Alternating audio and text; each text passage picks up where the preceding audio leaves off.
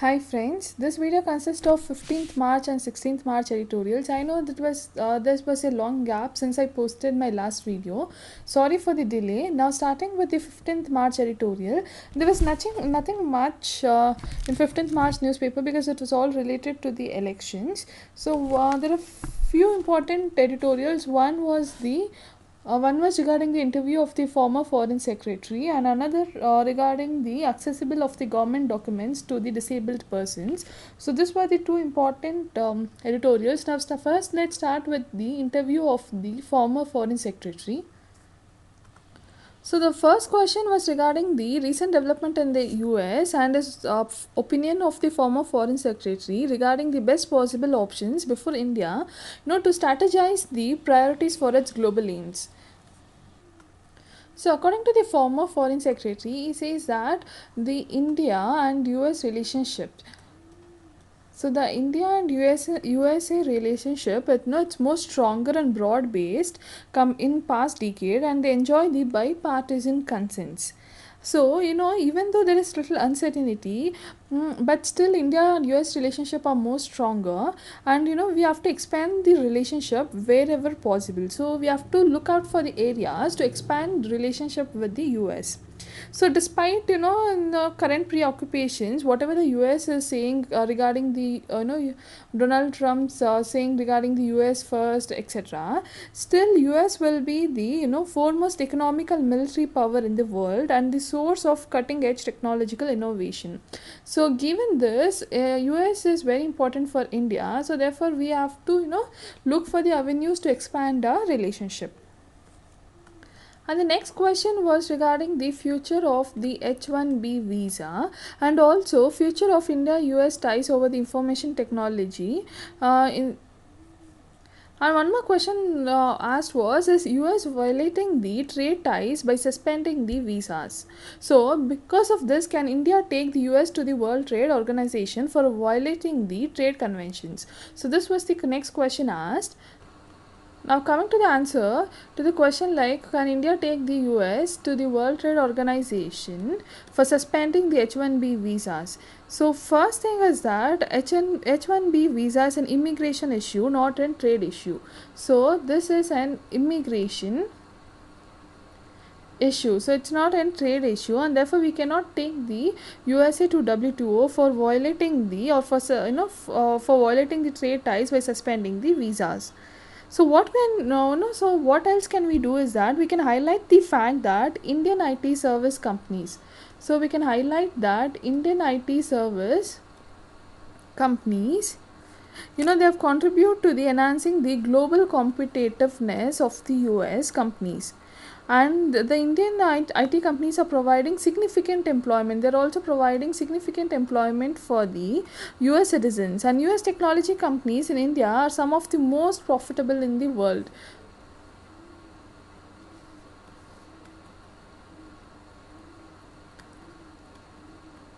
So now coming to the US companies in the India, they are the one of the most profitable companies in the world, and also coming to the contribution of Indian IT companies in the US, one is that they are enhancing the global competitiveness of the US, and also they're providing employment to the large share of the US citizens. Now, given the uncertainty, what can Indian IT companies do? Is what they can do is that they can adapt to the change situation by diversifying the market. So what they should do is they have to diversify the market away from the heavy dependence on the US. So the one solution or one suggestion is that regarding the diversifying the markets by the Indian IT company. Now the next question was regarding the recent several attacks that have taken place against the Indian immigrants in the US. Now coming to the opinion of the former foreign secretary, he says that when there is a general anti-immigration sentiment unleashed by the government itself, so when the government is supporting this anti-immigration sentiment, now the people with prejudice feel empowered to abuse and attack people who look different from themselves. So when the government is only unleashing this anti-immigrant sentiment, therefore the people with prejudice, they definitely go on attacking the people who look different from themselves. So But even the scenario, what is reassuring is the reaction of ordinary American citizens and local communities in support of the victims and the promptness with which the local and central administrations have responded. So, even among this scenario, there has been enough support by the local US citizens and the local and central administration. Now, coming to the question, what can India do? See, first thing is that we don't have an official policy to encourage immigration of Indian citizens. So we don't have any other policy to encourage the immigration of the Indian citizens. So therefore, it becomes a duty of the government to look after the welfare of those people who have chosen to seek employment abroad. So since we don't have an effective immigration policy, we have to take care of the people who have gone abroad for an employment opportunities. So the ideal situation would be availability of employment opportunities to all strata of society within our country itself. So there is less pressure to seek jobs abroad. So in order to prevent this, prevent our citizens from moving abroad and from seeking the employment, what we can do is we have to provide employment to all strata of the society in India itself. So this would be an ideal situation, but it is quite difficult to achieve given the present Indian scenario and the lower level of job enrollments and job opportunities. So now moving on to the next question. So given the uncertainty in the India-US relationship, so the question was regarding should India move away, should India distance from US and build more robust relationship with the with the Russia, or with a quadrilateral relationship with Japan, Australia, New Zealand and India. So this was the question. So question is should we move away from US or distance ourselves from US and develop a more robust relationship with other countries like Russia or with Japan, Australia, New Zealand, etc. So the former foreign secretary says that the objective of Indian foreign policy is always, there always been to develop and expand the diversified set of relationship with all major powers. So we were never inclined to one major country. If we take a foreign policy, so what our foreign policy says that we have a foreign policy focus on developing a strong relationship with the all major powers of the world. This was a focus of a foreign policy. So if you take any relation, they are not mutually exclusive, or not they constitute a zero sum proposition. So any relationship there will be some challenges, right? So even if there's some protectionist trends in the US, there are also opportunities to expand trade and investment in other sectors. So if in one sector US has displayed the protectionism trend, in other areas there will be other areas where India can develop ties with the US and expand its trade. Now coming to the relationship with other countries, one is that we have concluded comprehensive economic partnership agreements with the comprehensive economic partnership with the Japan and with the South Korea. And also we have free trade agreement in trade, investment and services with the Asian countries. And also similarly with Russia, we have been expanding our trade and investment relations, particularly in the energy field. However, we also must acknowledge the fact that India is no longer a priority country for Russia in the commercial field. Now its focus remains on China and Europe. So coming to the Russia. So Russia has been changing its focus from India to other countries like the China and Europe for its commercial field, and also towards the Pakistan. Now coming to the next question. So the question is, as developments in the US has left India more vulnerable to the China's aggressive trade and territorial moves. So the uncertainty regarding the US as it left India more vulnerable to the China's aggressiveness, especially in the trade and territorial moves. So this was the question. So now the former foreign secretary feels that it is too early to comment on the developments in the US, but say if the global footprint of the US and its Western allies. So if we if, let's assume that the global footprint of the US and its Western allies diminish or decrease, then it might create space for other major powers to play a bigger role. For example, the Russian activism. So if you take the Russian activism, which can already be seen in the West Asia, and recent Chinese initiatives regarding the Afghanistan. So the other countries like Russia and China, they are slowly playing their role in the global scenario. And also, one more thing is that not all Chinese activism should be considered as a negative from Indian perspective. For example, if China is, if China is able to contribute to the peace in Afghanistan and is able to restrain Pakistan from meddling, so this should be welcomed. So India should also be open-minded regarding the Chinese activism and should not treat all the Chinese activism as negative one.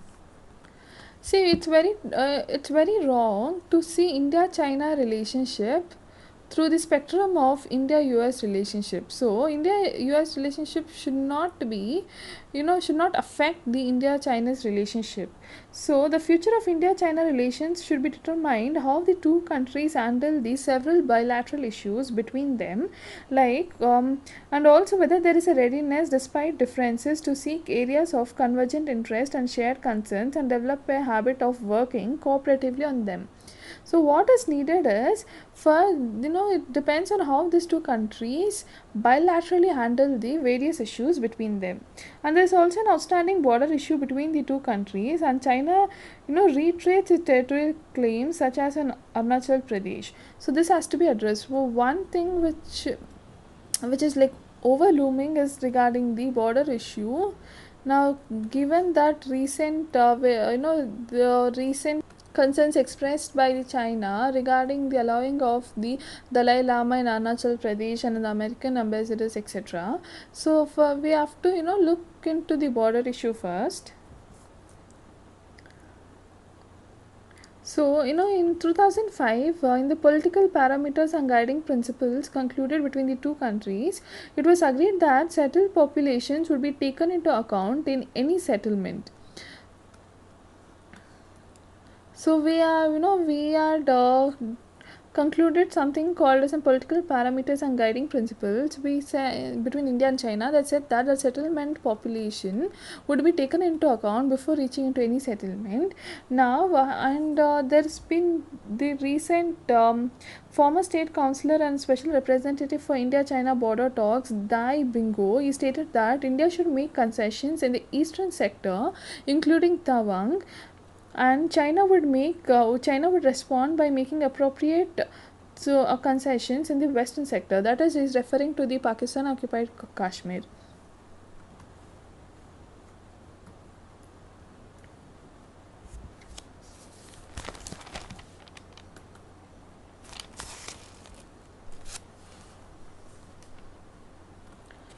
Now coming to the next question was, compared to trade and immigration, there is greater convergence over counterterrorism and security between India and US. Yet India's concerns on Pakistani involvement in terrorism seems to not to be getting necessary support from Beijing and surprisingly from Moscow. Now coming to the India and USA cooperation on counterterrorism. On the counterterrorism, so the India-USA cooperation on counterterrorism had expanded significantly and contributed to the security of both the countries, especially after the Mumbai terrorist attack in 2008. Such cooperation is likely to continue and even expand under the Trump presidency, because Trump has been, he always considers jihadi terrorism as a threat which needs a robust response. But if you take some recent measures announced by Pakistan, coming to the recent measures by the Pakistan, like the arrest of the Lashkar-e-Taiba chief Hafiz Saeed are a response to be the likelihood of Pakistan being targeted on the issue of terrorism. So while this is a welcome step, this we still have to tackle the cross-border terrorism on our own. So what should India is that do is that we have to tackle this cross-border terrorism. So still we have this challenge of tackling the cross-border terrorism, and it cannot be outsourced to US or any other country. So we cannot depend or outsource this problem to US or any other country. So what we should only tackle this problem of cross-border terrorism. And now India has garnered support from the various international community on the issue of terrorism, and no country needs convincing that Pakistan is the breeding ground of terrorism. China, what has China done? We know that China has vetoed the India's attempt in India's attempt to name the JEM chief Masood Azhar in the US terrorist list. So given this vetoing by China, what it has done is that China has isolated itself, and its credibility as a partner in the war against international terrorism has taken a dent as the result of this move. So there has been dent on the Chinese image as an partner to as a partner to work against the terrorism. So this is a big blow to China's credibility. Now coming to Russia, Russia has not joined the Chinese efforts to shield Pakistan, but what it has done. Now Russia. So Russia has not joined the China in order to shield Pakistan. But what Russia is doing is that it has changed its position on the Afghan Taliban. So Russia has changed its position regarding the Afghan Taliban.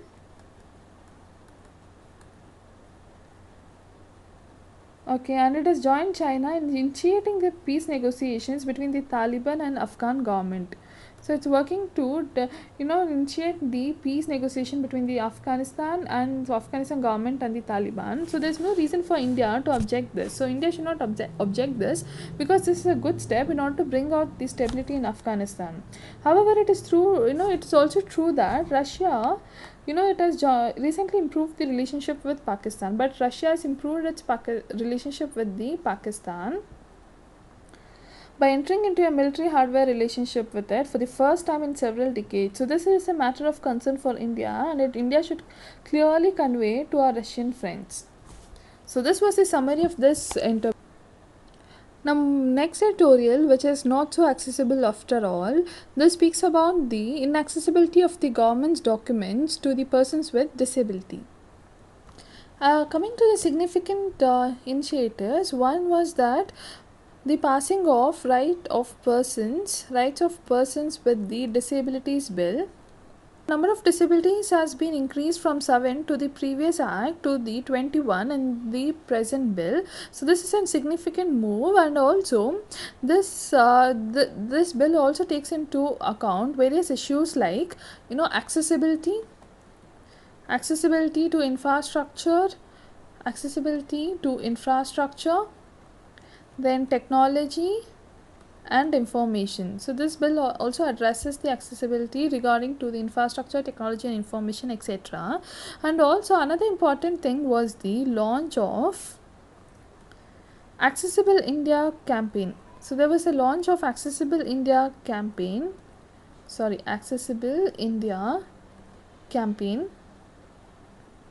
which is also known as the Sugamya Bharat Abhiyan by the Department of Empowerment of Persons with the Disabilities. So this is important for the PT point of view. The Accessible India campaign, or the Sugamya Bharat Abhiyan, was been launched by the Department of Empowerment of Persons with the Disabilities. So the campaign has an heavy focus on not just on accessible to the physical infrastructure, but also on the accessible to the information and communication technologies. So it speaks about accessibility to the physical infrastructure, and more importantly accessible to the information communication technologies. As per the Rights of Persons with Disability Acts, the appropriate government should take all steps to ensure that their public documents are in accessible formats. So if you take the recent act, the Right of Persons with Disability Act 2016, it says that it becomes the duty of the government to make sure that all its government documents or public documents are in accessible formats to the disabled person. But what we see is that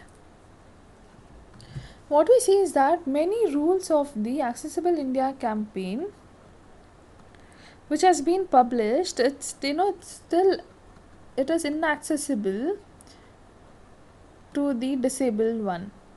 So the rules of the Accessible India campaign itself, it's not accessible to the disabled person. So this creates an question in the minds of the citizens, like, is the government really trying to make the documents or really trying to bring out the accessibility for the disabled person. So what is needed is we have to remove the attitudinal barriers. So bringing out the policies, legislations is one thing, but what is the use when it's not accessible, when it is not reaching the people? So what should be done is we have to remove this attitudinal barriers. So it just should not be just on paper. The accessibility should not be just mentioned on paper, but it should be injected into the minds of the people, so they understand the difficulties faced by the disabled and take various steps to make to solve these problems. So what is needed, that we have to ensure that the public documents is made accessible to the disabled ones. So this was for this 15th March editorials. Now moving on to the 16th March editorial. Now the first editorial of the 16th March is Gauntlet at Sukma.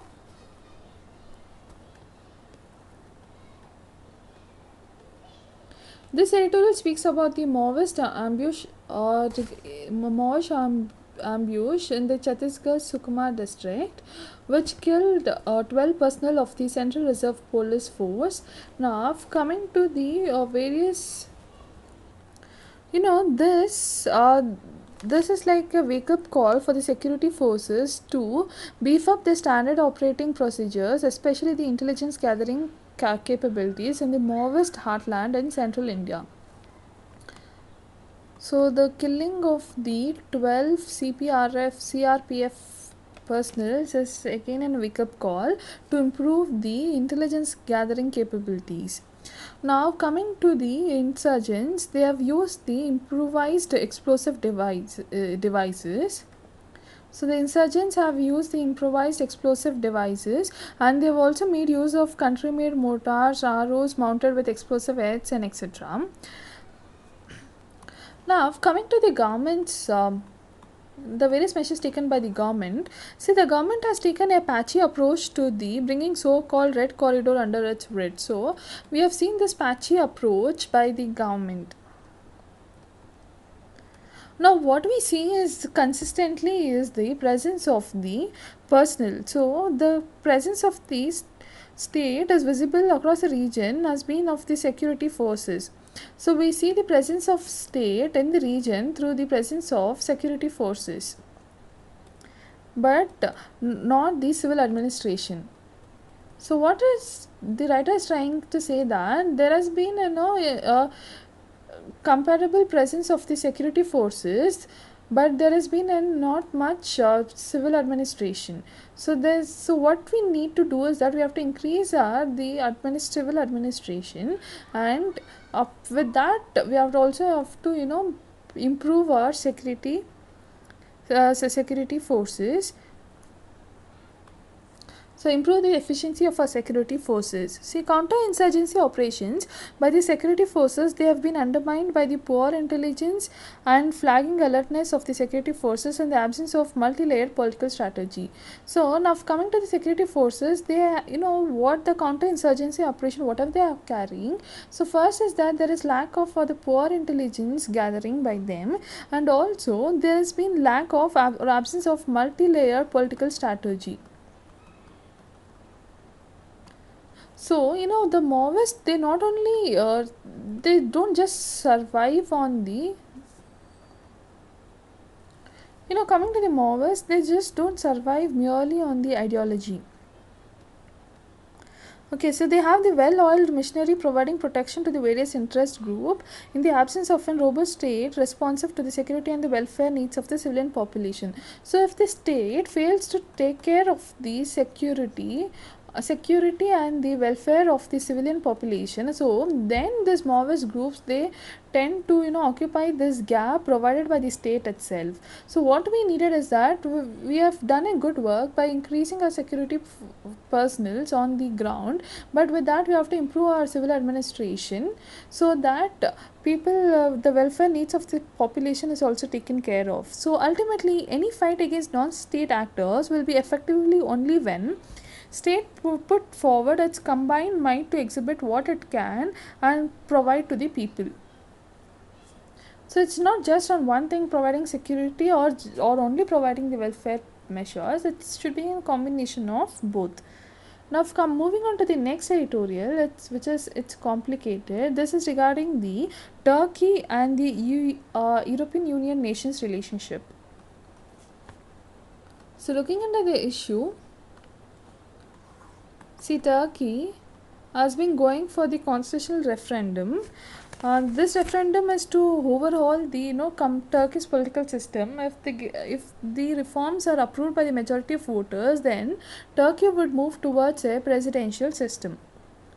So the Turkey would move towards the presidential system, and then the president would handpick his own cabinet and his justice and development parties MPs, and again at least 2 to 5 year terms uncontested.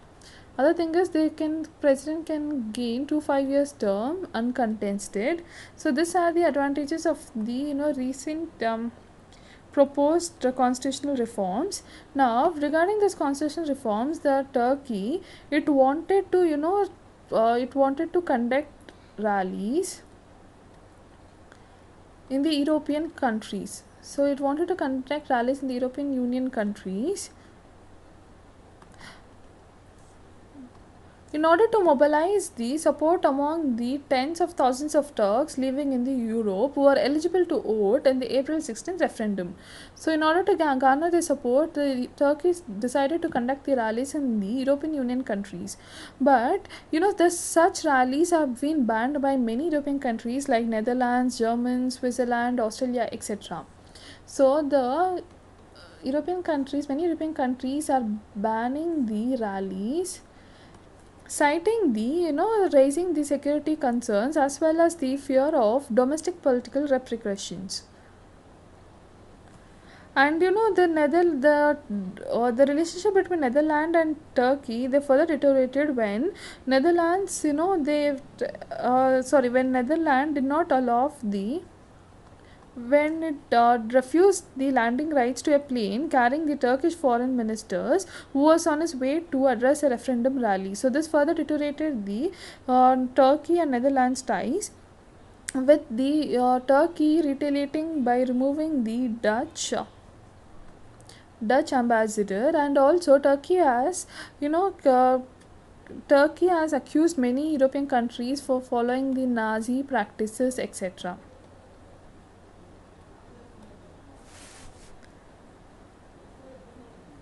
So, with such fights or such misunderstanding, it might bring the short-term political dividends for the Turkey, but in the longer run, it will be endangering both Turkey's ties with Europe and prospects of thousands of Turks living in the continent. So, this will be bad for the Turkey itself in the long run. And also European countries too, they should be more cautious, and also they should avoid extreme reactions such as refusing to give landing rights to a plane carrying the Turkish foreign ministers. They should be more cautious and avoid taking extreme decisions. So such escalation between this Turkey and European countries is like politically unwise. So what can Turkey do is that it should avoid it should go for direct engagement in order to avoid a showdown. So the European Union is Turkey's largest trading partner, and Turkey is a NATO member, and both the sides will be tested on whether they can turn the focus to a more positive aspect of this complicated relationship. So this was the summary of this editorial. Now moving on to the next editorial. Moving on to the next editorial, which is a lost opportunity. So this editorial is lost opportunity. This editorial speaks about the recent maternity benefit bill. So on Women's Day, the Parliament cleared the maternity benefit amendment bill. So this bill has raised the maternity leave from 12 weeks to the 26 weeks, and also provided the maternity leave to those who are adopting the kids. So they have also provided maternity leave to the mothers who are adopting the child. So now coming to the gender ratio in the higher level jobs. So it says that the gender ratio in the corporate India is already highly loop-sided. In 2015 only, 21% of the women accounted for the jobs at entry level to the manager level positions. So only 21% of the women accounted for jobs in the corporate world from the entry level to the managerial level. And also now given this increase in the maternity leave, and also now coming to Indian case, so the maternity benefit has to be provided on the company. So the government does not provide the maternity benefit, but it has put the burden on the companies to provide the maternity benefit to the mothers. So given the increase in the number of maternity leave, which will definitely put pressure on the other colleagues if it's a small company, if it's a small company, and also it will decrease in the productivity of the company. So given this, and also the additional cost that has to be borne by the company for the maternity benefit, this will again discourage the companies from hiring the women, especially who are still fertile and yet to become mothers. Now coming to the other concern by the companies is that it's about the leaking pipeline.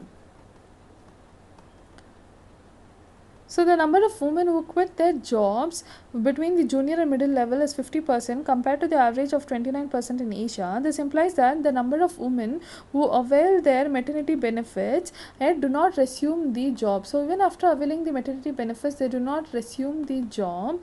This again, it will increase the risk ratio to the companies. Therefore, increasing risk ratio and the cost to the companies, therefore that will raise the concern among the recruiters to recruit such women, especially who are in the young ages. So what can government do is that first they have to take out the burden from the company to provide the maternity benefit. So it can provide an insurance, the government can provide an insurance, or ask people to, or ask the ask those involved to contribute to the maternity benefit. So just like how we deduct the EPF etc from the salary, we can deduct some ratio from the salary in order to contribute for the maternity benefit. So therefore it takes out the pressure from the companies. And another good thing in the bill is that the bill has some provisions which encourage the young mothers to stay in the workplace. For example, organizations which employ more than 30 women will now have to provide a crèche. So the mother is allowed to visit the crèche 4 times during the day, and also mothers who adopt the babies are entitled to 12 weeks of paid maternity leave. So this we have discussed. So one good thing is that provision of the crèche at the workplace.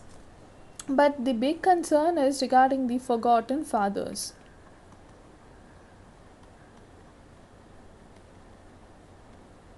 So this is the big concern. Now, this was a lost opportunity to make some provisions for the gender parity, because it works as a double whammy against women. It means, so what is that? The bill is putting that all parental responsibility So it puts putting all parental responsibility on women.